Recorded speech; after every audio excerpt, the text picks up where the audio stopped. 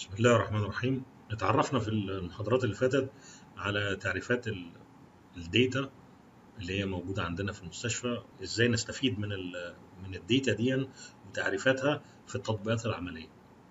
التطبيقات العملية دي هننفذها في كل اللي جاي دلوقتي هننتقل إلى مرحلة تانية اللي هي مرحلة إن أنا بجمع. أنا خلاص عرفت الداتا وتعريفاتها وحاجاتها، أنا هجمعها بقى. الجنرال داتا كولكشن ميثودولوجي، إيه الطرق اللي أنا ممكن استخدمها علشان اجمع بيها الداتا وتبقى قيمه واستطيع اعمل بيها دراسات وافهم ايه اللي بيحصل حواليا، ايه العمليات اللي بتحصل داخل المستشفى، ولو في حاجه مش مظبوطه نقدر نصلحها ازاي. فالميثودولوجي اللي موجود في جانيت براون هنمشي في خلال 4 اطارات: التايم فريم، البوبوليشن اند سامبلينج، الداتا كولكشن تولز، والكولكشن برنسبلز اند كونسبتس. فهنبدا بالتايم فريم. ايه التايم فريم؟ انا طبعا بنتكلم في الكولكشن داتا، واول موضوع في الكولكشن هو التايم. لازم احدد ايه التايم اللي انا بجمع فيه الداتا، امتى بجمع الداتا. انا باحث، يعني الباحث هو اللي بيطلب امتى يحقق الداتا. فدلوقتي امتى هناخد الداتا؟ يبقى العنوان بتاعنا داتا كولكشن وين كير ريندرد، امتى حصل الكير على البيشنت في الموضوع اللي انا عايز اسجله، والباحث امتى خد المعلومه. فانا عندي 3 اوبشن زي اي تايم فريم في الدنيا: امبارح والنهارده وبكره. امبارح ريتروسبكتيف، توداي يعني كونكرنت، وتومورو يعني بروسبكتيف. ادي ال3 كلمات اللي احنا هنشتغل في اطارها. هنبدا بالبروسبكتيف. غالبا لما تكون انت بتاخد الداتا في المستقبل، البروسيس ده مش منتشر قوي لكن موجود، يعني في الناس اللي في الدول المتقدمه والعالم الغربي كالعاده، يعني بيستخدموا طرق بحث اعلى شويه او اعلى بكتير مننا. فالوسيله دي ازاي هيعملها؟ هيروح ياخد الداتا مستقبليا ازاي؟ هو مثلا في عيان عمل حادثه والراجل اتدشمل وعملوا له كذا عمليه وبتاع. المهم دلوقتي هو المفروض ان هو يتنقل الى فاسيلتي او الى مستشفى بتتعامل في الفيزيكال ثيرابي والريهابيليتيشن، اعاده التاهيل. فبيحطوه في المستشفى هناك، لو اتوافق عليه خلاص بيروح. لكن احيانا في مستشفيات بيبقى لها مواصفات معينه، فبيبعتوا واحد هناك ياخد الداتا من البيشنت ده اللي هو المفروض عايز يجي لهم. بياخد داتا ايه؟ زي ايه مثلا؟ والله احنا مثلا بنعمل نشاطات لمده 3 ساعات في اليوم، هل انت تستطيع تتحمل 3 ساعات اكسرسايز؟ فبيروح هناك باحث ياخد الداتا قبل ما العيان اصلا يدخل عندهم. لو هو مطابق للمواصفات هيقبلوه، لو مش مطابق للمواصفات مش هينفعوا يقبلوه. يبقى ده المثال بتاع البروسبكت. المثال الثاني ناو او كونكرنت يعني دلوقتي انا باحث بسجل مثلا حاجات معينه في العمليات، مثلا بسجل طريقه تخدير معينه او طريقه عمليات معينه او الوقت اللي بيشتغلوا فيه، ايا كان البحث اللي انا هعمله. فانا مراقب باخد المعلومات وانا موجود، والحدث بيحصل او الكير ريندر باخد المعلومه. ده الكونكرنت. فانا بشيك واقول تك ايوه صح غلط، بسجل رقم ايا كان. الحاجه الثالثه او الاخيره في الباست، في الماضي، ريتروسبكتيف. يعني ايه ريتروسبكتيف هنا؟ يعني الحدث حصل وانا كباحث باخده بعد لما الحدث حصل. زي المورتاليتي، يعني اكيد واحد ميت مش هبقى واقف معاه لغايه لما استناه يموت وبعدين اسجل، يعني صعب جدا يعني. لا ما دي ما بتحصلش يعني. لكن اللي بيحصل ايه؟ ان خلاص هو ريكوردد ان هو ديد، وانا بروح على الريكورد واسجل ان في عيان مات او حصل مورتاليتي. طبعا في امثله كتير للحاجات دي وهنشوفها دلوقتي. في بقى برضو تايم فريم بيبقى فوكسد، يعني انا اللي بعمله. انا فجاه كده عايز اعمل فوكس على حاجه معينه ومضطر اعملها، ممكن تكون استراتيجيك، ممكن تكون دراسه معينه. انا ادي مثال حصل في السعوديه. الانفكشن كنترول اند بريفنشن utilizes focused data collection based on the type of infection that occur in the facility. يعني ايه الكلام ده؟ يعني دلوقتي مثلا حصل فيه انفكشن معين حصل في مستشفى، فلاحظوا ان في انفكشن شكله غريب بس موجود في المستشفى دي فقط لا غير، فعايزين يعملوا عليه دراسه فوكس يعرفوا ايه الموضوع. فالكلام ده حصل في السعوديه، انا مش فاكر المنطقه الحقيقه يعني، لكن هي في المنطقه الشرقيه بالتحديد. فلقوا ان حالات بيجي لها نيومونيا بتموت، وكان باحث مصري هو اللي بدا يكتشف وبدا يلاحظ الحكايه دي بتتكرر عنده في المستشفى. وبعدين بداوا يعملوا دراسات اعلى شويه واكبر شويه، وبداوا ياخدوا عينات وبداوا يعملوا فوكس. الفوكس ده معناه ايه؟ اي عيان بيجي له نمونيا يبقى تحت الفوكس بتاعي.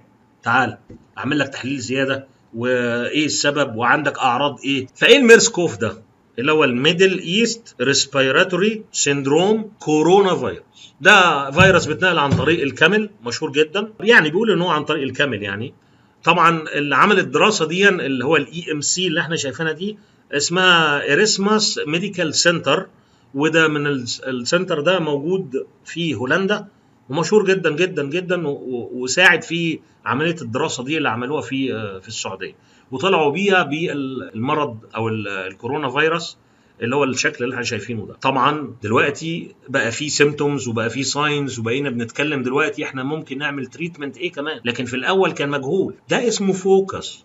انا عملت فوكس لفتره معينه على مرض معين. types of data collection method. طيب منين؟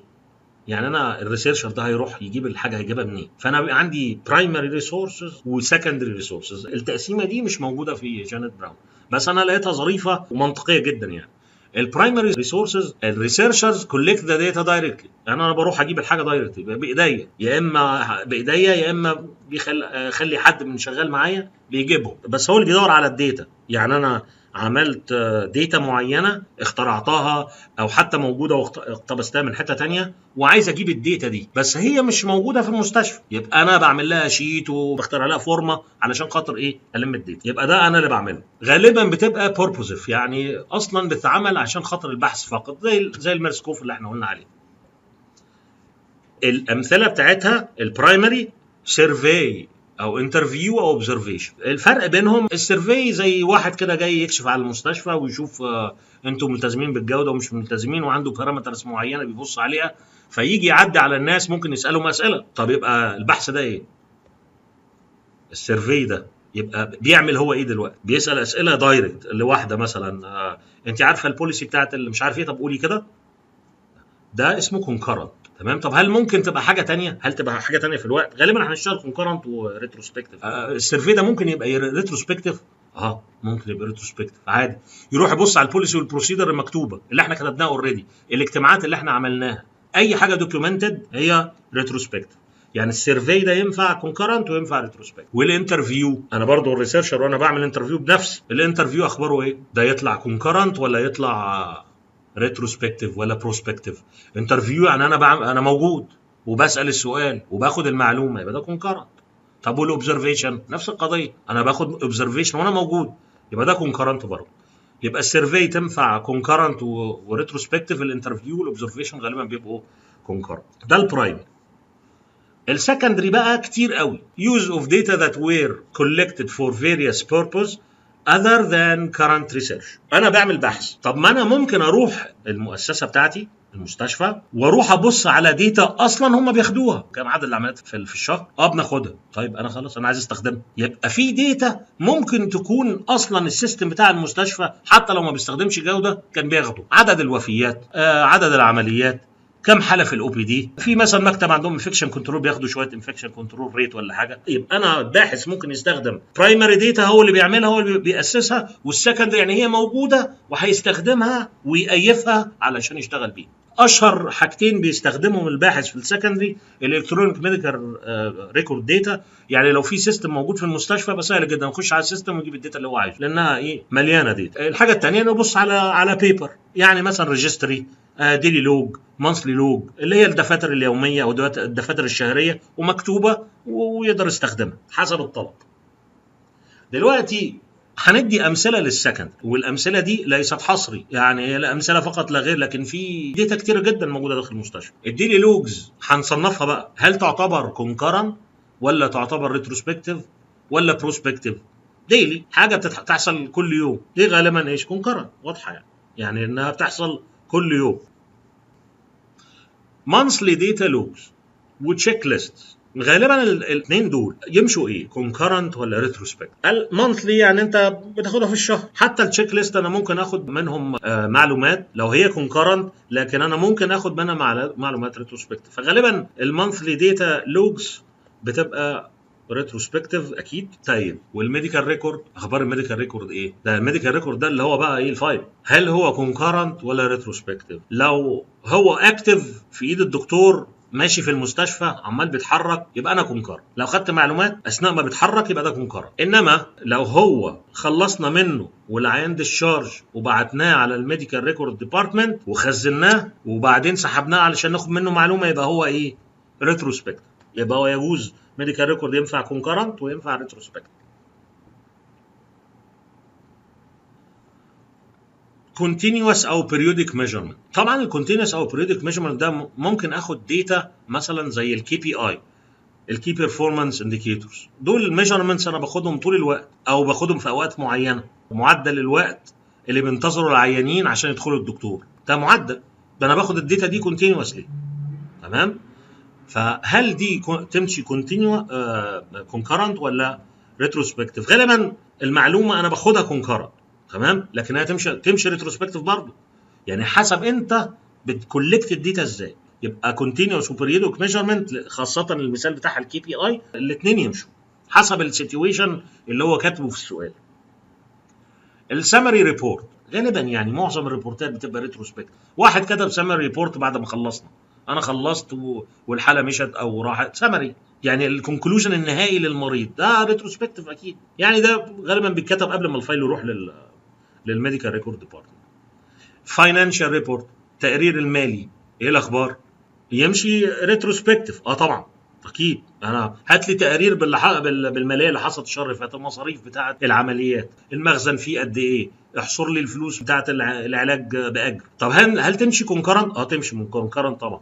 اعمل لي حساب يومي وحطوا لي قدامي النهار كل يوم تحط لي الداتا بتاعتها حسب الفورمه اللي انا طالبها، غالبا ريتروسبكتيف لكن تمشي كونكرنت. ده الفاينانشال ريبورت. طيب الاكسترنال ايجنسي ريبورت، ايه الاكسترنال ايجنسي ريبورت؟ يعني مثلا زي سباحي موجوده في السعوديه، ده المركز السعودي لاعتماد المنشآت الصحيه، ده بيدي اكريديشن ان الناس دي ماشيين في الجوده وموافقين عليهم وبيعملوا حاجات فيها جوده، يعني هيكتب لي تقرير عن المستشفى وتقييمها. ده ايه بقى؟ هو جه زار المستشفى وشافها وكتب اللي كتبه ومشى وهيبعت لنا التقرير، يبقى ده ايه؟ واضحه يعني ريتروسبكت. في حاجه برضو مشهوره اللي هي الجينيريك سكريننج، ايفنتس او occurrence او انسيدنتس، حاجات بتحصل داخل المستشفى وانا عامل عليها فوكس معين، ده بنسميه او في ار. بنسجل احداث احنا عاملين لها ريكورد ان احنا لازم نسجلها، حدث غريب زي ايه مثلا؟ بيشنت فول، واحد شتم واحد، حصل مشكله بين الدكتور والنيرس، في جهاز مش شغال، الانسيدنتس، كل الانسيدنتس اللي هي الغريبه والمفروض انها ما تحصلش. في حاجات طبعا المفروض ما تحصلش وتبلغ عليها زي سنتينايل ايفنت، زي ما الزملاء اتناقشوا في الجروب وكان نقاش جميل جدا، انا اشكر كل المهم. فالسنتينايل ايفنت دي حاجه مش مسموح بيها، انا عايز زيرو سنتينايل ايفنت، مش عايز احداث معينه تحصل خالص، بعمل لها ريبورت واعمل لها وابعتها على طول على اساس يتحقق فيها ويتعمل فيها روت كوز الناس عشان نخلص منه. لازم اخلص من ده.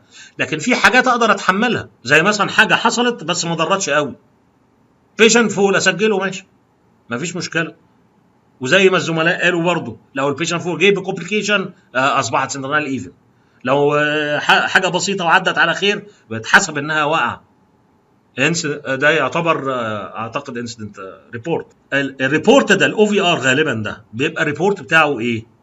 ده ريتروسبكتيف، بعد ما الحدث حصل بتسجله في خلال 24 ساعه وتبلغ بيه.